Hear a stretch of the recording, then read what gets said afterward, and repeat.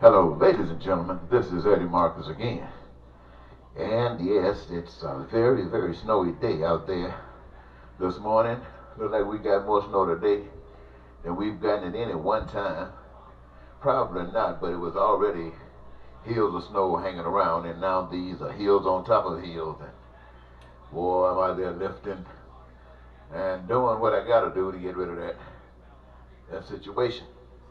But I'm thinking at the same time about people who are down in Texas, people down in Florida who are receiving a lot of snow and they're not used to it. People who are just staying fastened up in their homes, not venturing any place further than the door to see what's happening on the outside. Think about those people. They must be going through some awful changes today. Think about those people who are out there and they've been in floods before, but never like now. I mean, the water is all in their homes. You can imagine the mold that's going to be built up. You're going to think about that. The interior that's going to be destroyed, the work that's going to be required, and the funds that's going to be centrally necessary in order to bring that stuff back to standards. And don't just think about that. Think about people who houses and all of their landscape is being burned. I mean, totally destroyed. Think about the insurances that going to have to be paid and the rates, the premiums, how they're going to have to increase in order to accommodate a continuation of this kind of security that you've trusted in, put your faith in. Think about that, ladies and gentlemen, and not only that, think about people who rely on food stamps and who are getting it cut back.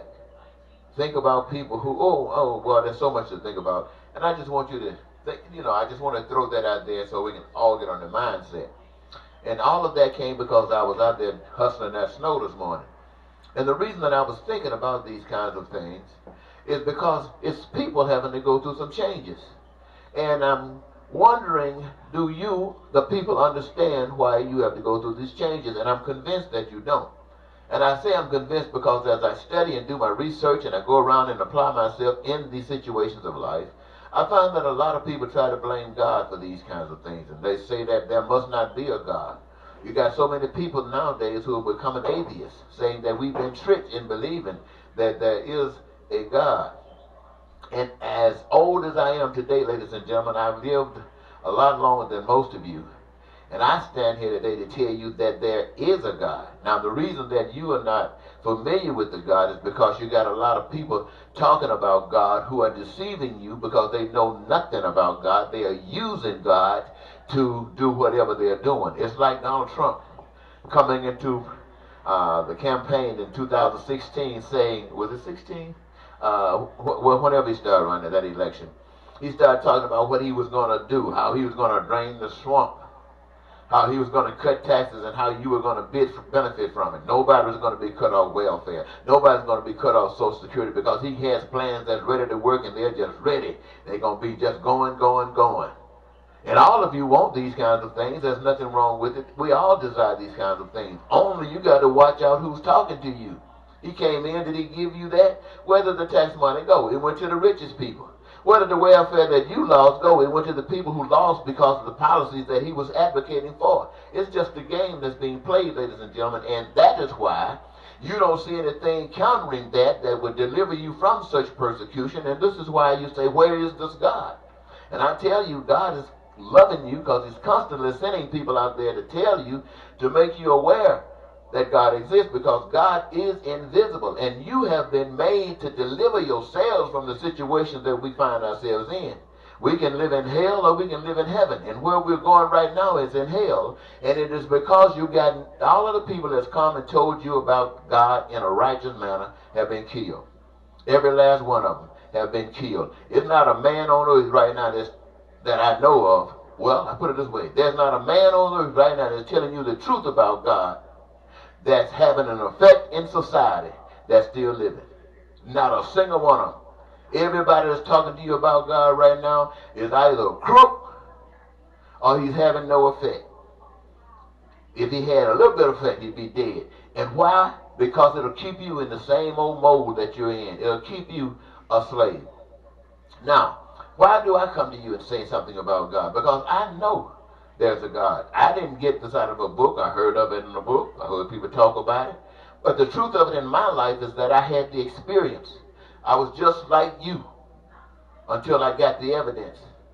And once I got the evidence, then I was no more me, because the evidence came to me when my life meant so little to me. I was going to throw it away on a dare. Just a dare. I didn't have any idea that I was going to die. But I knew I was going to accomplish what I went out to do, or dying was okay with me.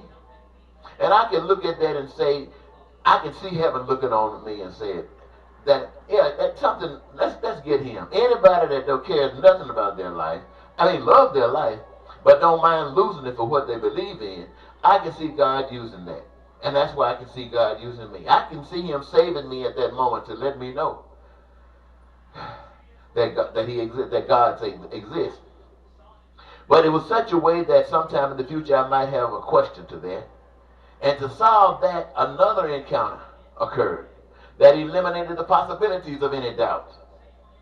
So that tells me, based upon the effect of that action from that power that I call God in my own experience, tells me what God cares about all of us, because I'm not foolish enough to think that all of us got different gods. I think we're humans and we're put here by the same power. And I understand why we go through the changes that we go through, because we do not know God. You hear me, ladies and gentlemen? We do not know God. I'm sitting out there working so hard this morning, and I'm grateful of all of the wonderful things that God has done for us. God has given us the greatest of technology. God has given us almost everything that we could have imagined. In fact, he's given us some stuff that we don't have because we aborted it and didn't receive it. And it is the reason why we're missing out on a lot of advanced things that we could be experiencing in this life right now, but we're not because of that. And so I'm not saying to you not to seek after the things of the world. The things of the world are what we call lying and cheating and stealing and racism and bigotry and race and hatred. These are the things of the world. Every car that's on this earth came from God. Every mansion that's on this earth came from God. Every knife, every gun on this earth came from God. Everything that you consider magnificent, even the atoms, that stuff that is used to make nuclear bombs, it came from God. God didn't make the nuclear bomb. The knowledge came from God. Abused by man as all things are. So what I'm basically saying to you, ladies and gentlemen, is this. I know that every last one, human beings on the face of the earth, I know you require for survival, because that's your number one thing. People tell you about, talking to you about saving your soul, and they get away with it. They get away with it because they know nothing about your soul. They know you know nothing about your soul. And they can have no evidence whatsoever that they've done anything to affect your soul. There's a bunch of knuckleheads. When God came to me, he didn't talk to me about my soul. Still don't know nothing about my soul. What he talked to me and what he said to me in his action was about my life. And so the message that I bring to you, ladies and gentlemen, is not about your soul. I come to talk to you about your life. And what kind of life I come to talk to you about? I come to talk to you about living as though you are in heaven, as if in paradise right here on earth. Why? Because that's the way that God designed it to be. I'm telling you that because that's what I know. And you don't experience it because you don't know it. And those of you who say they do know it are telling you a bald-faced lie. Let me tell you, ladies and gentlemen, what this God that you don't want to believe in did, sent me all around this country to say a word. Sent me around this country to go back and run for office and see if that word had any value. And it had no value whatsoever. Let me tell you something, ladies and gentlemen. People are caught up on all kinds of beliefs in God. But it doesn't mean a dead blasted thing. I told my present wife when we got married that I would give her desires of her heart. Why? Because I knew that's what I wanted for me, and I knew that's what God was going to provide for me. But there was one hang-up. When I got this charge, I said, God, I love it. I want it. But I will not accept it until all of the people who can't have it today can have it as well. So I came out here committed to live as a king, not beyond you. I want you to live as a king too. But that's what I came out here to do. And that's what I wanted my wife to experience. Now, for the past 36 years, if anybody looked at the records, you would think she has been taking care of me. She's been supporting me. I haven't been supporting her. And any of you who know that would look at her and call her ignorant fool. And she might even feel that way. I don't know. But I do know this. I feel like an ignorant fool if I sat there and let you continue to mess over me. And what messing over me means, messing over all of us. Now, when I came out here, I was so doggone glad that I had finally ran into a proposal, ran into a plan that was delivered to me, made plain to me, that we could all have our dreams fulfilled, that we could have peace and prosperity and freedom and the joy of life and the fulfillment of our dreams. When I realized that it was so simple, that food, clothing, and shelter, and education, and health care, and infrastructure, transportation, and whatever we can imagine was at our disposal. All we had to do was to be free and be led by the spirit of freedom. And what that means to me is led by that invisible spirit and not by Donald Trump and his kind. When I came out here running for office, I thought, you know, right now you can look on the TV and say somebody went to a restaurant, bought a meal, and when they left a great big tip. It makes the news. Somebody left a great big tip. You can talk about people giving out little things. Somebody won the lottery today. Oh, it makes the news. Everybody gets excited. I come in here so excited, I didn't know what to do. I know now, all of you people who've been suffering, you don't have to worry about it no more. I know that God got a plan. He showed me the plan. I'm going to share that plan with you. And all we got to do is get busy. We're going to have to worry about it no more. We're not going to have to worry about the suffering. We're not going to have to worry about can our kids go to school. We're not going to have to worry about can we pay the health care bill. We're not going to have to worry about the rent, the electric bill. We're not going to have to worry about any of that stuff because God wants to set us free. He's giving me the message. I'm bringing the message to you. You sit your butt down and listen, and let's make a change. Yeah. I came out there, the news media wouldn't say one word.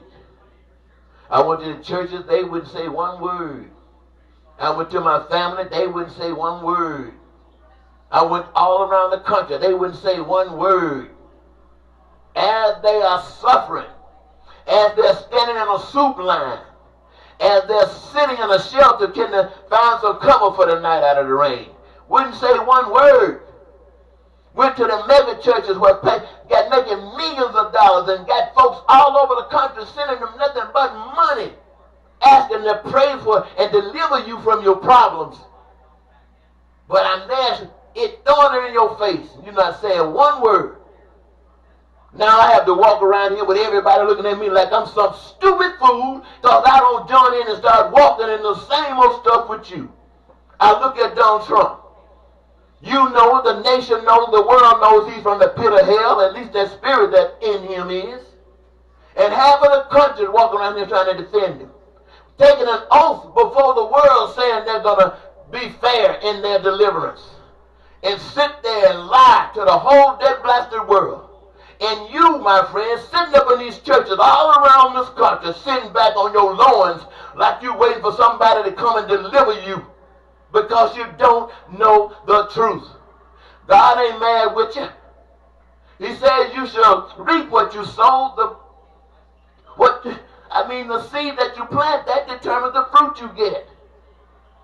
Why are we going through this hell? Because there are those that's planting the seed and the rest of us not doing nothing. That's the way we water it. No, I don't want to go sit up in no church and listen to somebody tell me some Bible story. You talking about what's happening in the Garden of Eden when Donald Trump is doing it right there in your face. You talk about what Hitler did in Germany. Donald Trump has done it right there in your face. You talking about you would be so smart. You sitting up in the churches talking about a God. What kind of God is it that won't tell you the truth? What kind of God that leaves it to you to listen to somebody reading something out of a book? And who are you walking around here talking about you know something? And people are suffering. People got cars that they can't even fix. Houses falling apart. And some dirty, low-down snake in the White House calling himself going to punish everybody that doesn't respect him as God. Yes, people who have visions and dreams. In fact, everybody want to be their own master. There ain't nothing wrong with that. You were made to be that. But who is your authority? Got to be something you can't see. Because I'm not letting you be no authority over me. And you going to come up with a system and accept a system that says that all of the requirements that I have for my survival, I can't get them because I ain't got no money. And you making the money, you control who gets the money, how much they get, and you telling me I got to bow to my knees to get any money from you when God tells me I'm the freest child on the face of the earth? And I got to come and listen to somebody tell me, sit down. Well, my Bible said, get the hell out of my face. Now, Free, why am I telling you this? Why am I telling you this? Because I'm still breathing. And I'm upset because the evilness of the world has had a long time to set in. And like season, when you put it in food and let it sit overnight, you wake up the next day, it tastes so much better. But this the kind of season is rotten and it's funky. But you know what? You know, again, why I'm so pissed off is because the message that I had 36 years ago is still prevalent today. I see these politicians walking around here telling you, I got the plan. I can do this for you. Look what I did. I did this over there. Go back over to New York City, where this latest rich man come from, talking about what he did when he was mayor.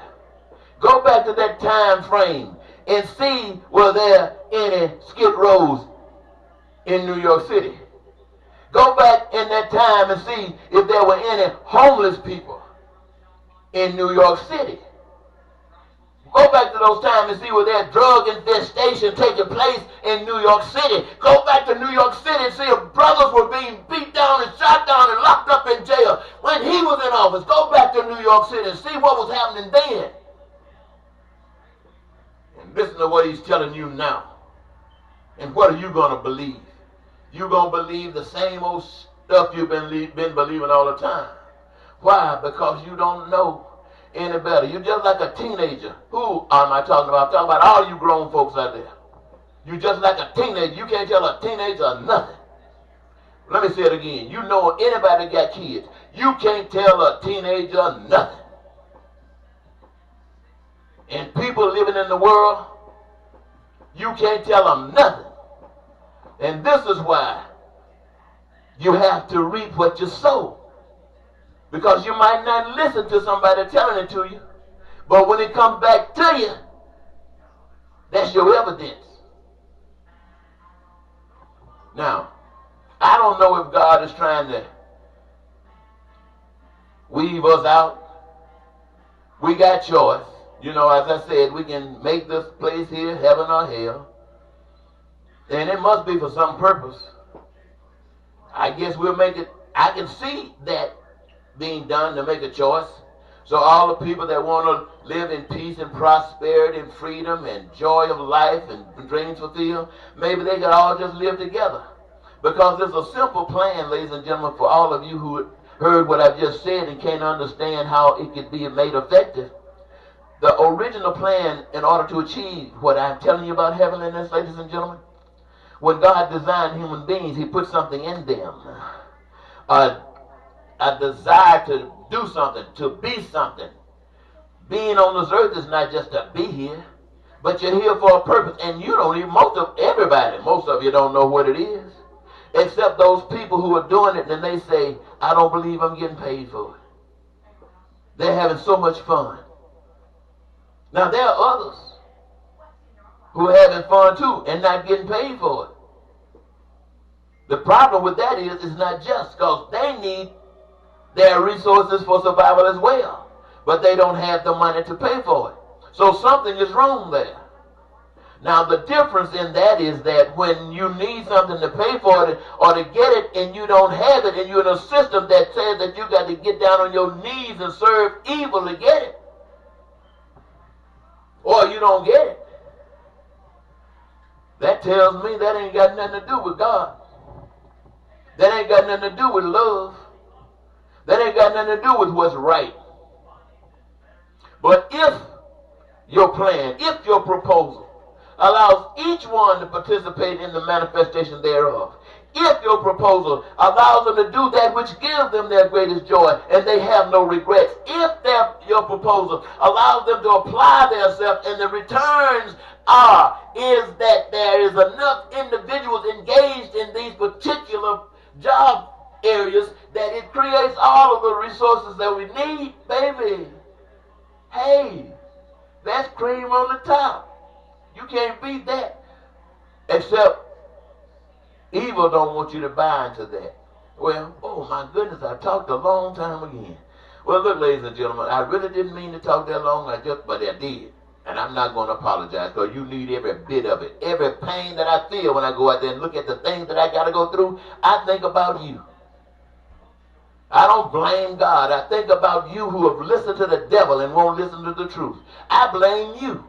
Well, I blame you. And that's why I'm standing before you trying my best. Now, somebody said, what do you mean you're trying your best? Look, I have gone to jail. I've been to prisons. I've gone through everything trying to get your attention. And they still won't take. The news media still don't want you to know it. And I'm waiting at that moment when they decide that they're going to say something. Baby, I got track records all the way, year, and I haven't changed one thing. That same proposal that I shared with you today is the same one I shared with you 36 years ago. And it is the only proposal, I guarantee you right now, prove me wrong, it's the only proposal that will satisfy the desires of every last one of you, except those who want to be God over others. That ain't happening. The next time, this is Eddie Marcus saying thank you so very much. Goodbye.